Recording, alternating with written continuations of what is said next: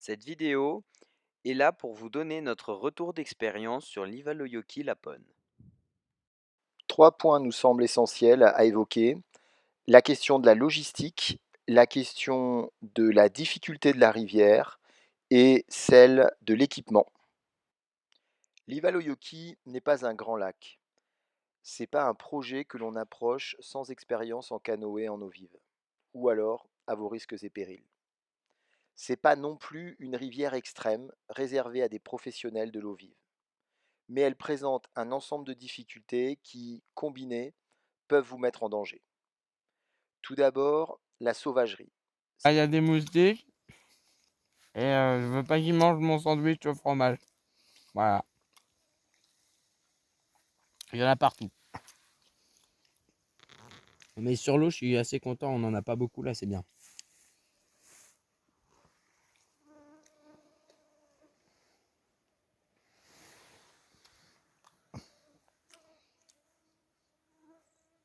La sauvagerie, c'est-à-dire l'isolement physique et technologique. Sur nos 180 km, nous avons croisé deux ponts. Le premier qui est le point de départ officiel de la Waterroute, mais les véhicules y sont rares, à très rares, même au cœur de l'été. La seconde, qui donne accès à un hameau, Kutura, qui est l'accès de départ de ceux qui font que la partie la plus connue, mais aussi la plus agitée. Attention, pas de service ravitaillement à Kutura, juste la possibilité de lancer des secours. Pour la technologie, on va dire que ça capte avec une bonne intermittence jusqu'à Kutura. Ensuite, on rentre dans des gorges et là, plusieurs jours sans réseau sont à prévoir. Du moins, sans chercher à remonter sur les points hauts des gorges. Mais j'ai envie de dire que c'est plus pour du secours extrême, vu la difficulté à remonter dans les gorges. Après les gorges, retour vers la civilisation, mais ça reste limité quand même à quelques maisons de vacances en bordure d'eau, jusqu'à vraiment s'approcher d'Ivalo Village. Globalement, c'est du sauvage pour tout Européen, très sauvage pour les plus urbains. C'est pas non plus les territoires du Nord-Ouest canadien ou le Québec sauvage.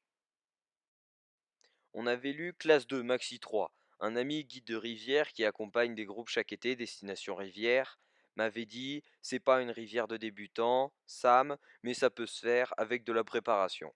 Alors là, on est sur un vrai sujet. Nous, en France, on est habitué à naviguer des rivières avec de l'eau vive, et ça a été un gros plus là-bas, d'avoir cette expérience.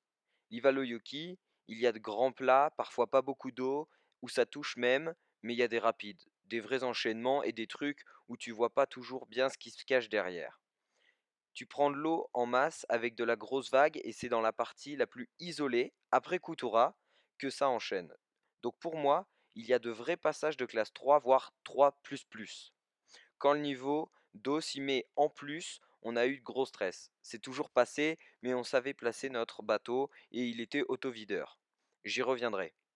Donc, pour vous donner des références en France, il faut être à l'aise dans 30 mètres cubes sur le gave de Pau entre Lourdes et l'Estelle Bétaram. Parcours encadré par des professionnels aujourd'hui en France.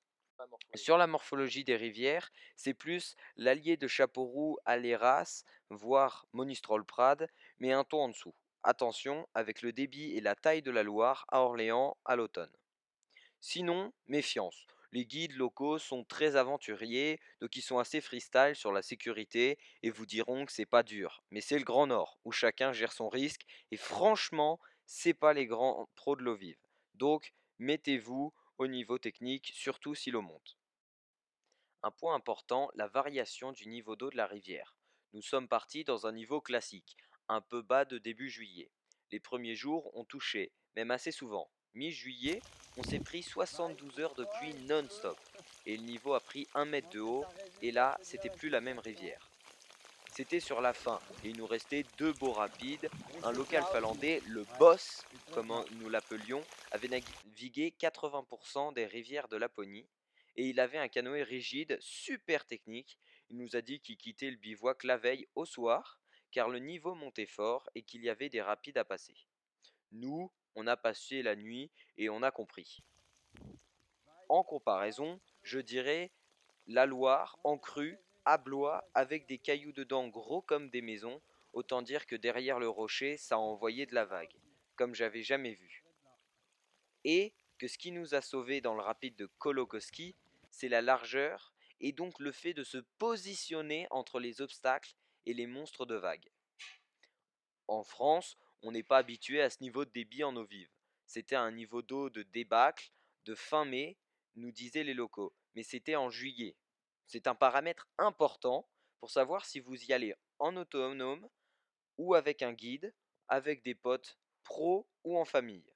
Un autre point majeur très important, l'équipement. Nous n'allons pas vous faire un cours sur le matos à prendre sur l'eau. Mais ce qui est sûr, c'est qu'on a fait des envieux avec notre canoë gonflable Scoot Gumotex autovideur. Là-bas, les quelques entreprises d'aventure qui louent du matos proposent des canoës rigides type Novacraft sans pontage. En dehors du boss finlandais, ils finissaient tous à l'eau à partir de Coutura à chaque rapide, car ils remplissaient le bateau déjà plein de matériel. Les quelques-uns que l'on a vus étaient des Finlandais, donc du costaud, qui vivaient pas trop mal l'eau froide et la natation dans les cailloux. Quand je dis eau froide, elle était vraiment bien froide. La nouveauté qu'on a rencontrée, c'est les packraft, qui peuvent se louer notamment à Ivalo. On a vu un petit groupe de Finlandais qui se sont bien fait mouiller, et même si ça facilite les portages, j'aurais pas aimé passer des rapides à 130 mètres cubes avec ce type de matos. Pour nous, dans le scout, à deux, on avait 250 litres de sac étanche et surtout un bateau auto-videur et bien stable. On recommande parce qu'en plus, ça passe en soute d'avion dans un 90 litres pour 15 € de supplément. Pour le camping, on était bien rodé, tente tipi bien large et poêle à bois en titane qui nous permettait, avec le bois local, de cuisiner et faire sécher nos vêtements tous les jours, et aussi d'éloigner les moustiques. Dans le tipi, on avait une moustiquaire fabrication maison pour des nuits 100% tranquilles. Le boss finlandais était sur la même configuration. Les rares autres personnes qu'on a pu rencontrer, une dizaine au total, avaient souvent froid et vivaient plus que nous dans l'humidité. L'arrivée se fait à Ivalo. Ivalo est à 10 km de l'aéroport. Pour vous faciliter la vie, on a un bon plan, testé sur place, l'entreprise Erasopi, qui peut vous assurer le transfert aéroport, l'hébergement, le transfert vers la rivière et le dernier matériel dans leur boutique. Franchement, le meilleur rapport qualité-prix et surtout des super partenaires, Océ et Giovanni. C'est un service, donc payant, mais super adaptable et qualitatif. On a géré par mail en anglais et tout au top, même la perte de bagages à l'aller. Si toutefois c'est la pêche qui vous amène, attention, c'est vraiment pas simple et ça peut se faire sur internet. Mais l'équipe Erasiopi peut vous aider sur ce service finlandais. Le retour en canoë peut se faire à pied, car un débarquement se trouve à 500 mètres du magasin. Ils peuvent aussi vous aider sur d'autres secteurs ou rivières. Franchement, ils méritent vraiment de bosser, ils sont super cool. Ah si, un dernier point, pour bien vous préparer pour cette aventure, eh bien rendez-vous à l'Open Canoë Festival tous les ans dans la Drôme, en France. C'est international, alors si vous avez envie de progresser en kayak, rendez-vous dans la Drôme.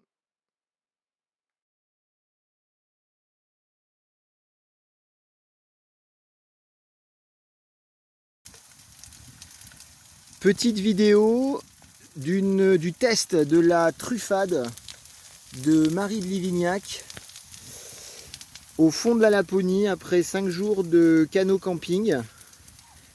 Pas que sous du beau temps, ça peut se voir. Et donc on teste ça avec un petit produit local qui est la fameuse saucisse à griller à la flamme finlandaise, qui est une grosse saucisse de Francfort, mais avec sa subtilité un peu crémeuse à l'intérieur. Voilà, donc bon, la truffade, esthétiquement, c'est quand même pas trop ça. Au niveau du goût, on va tester, mais franchement, on a une grosse expertise sur la Ligo. La Ligo, Marie de Livignac, extraordinaire.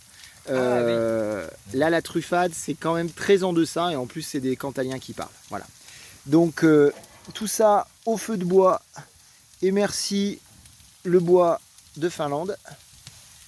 et la petite saucisse qui finit de cuire à la braise ou à la flamme, comme elle veut.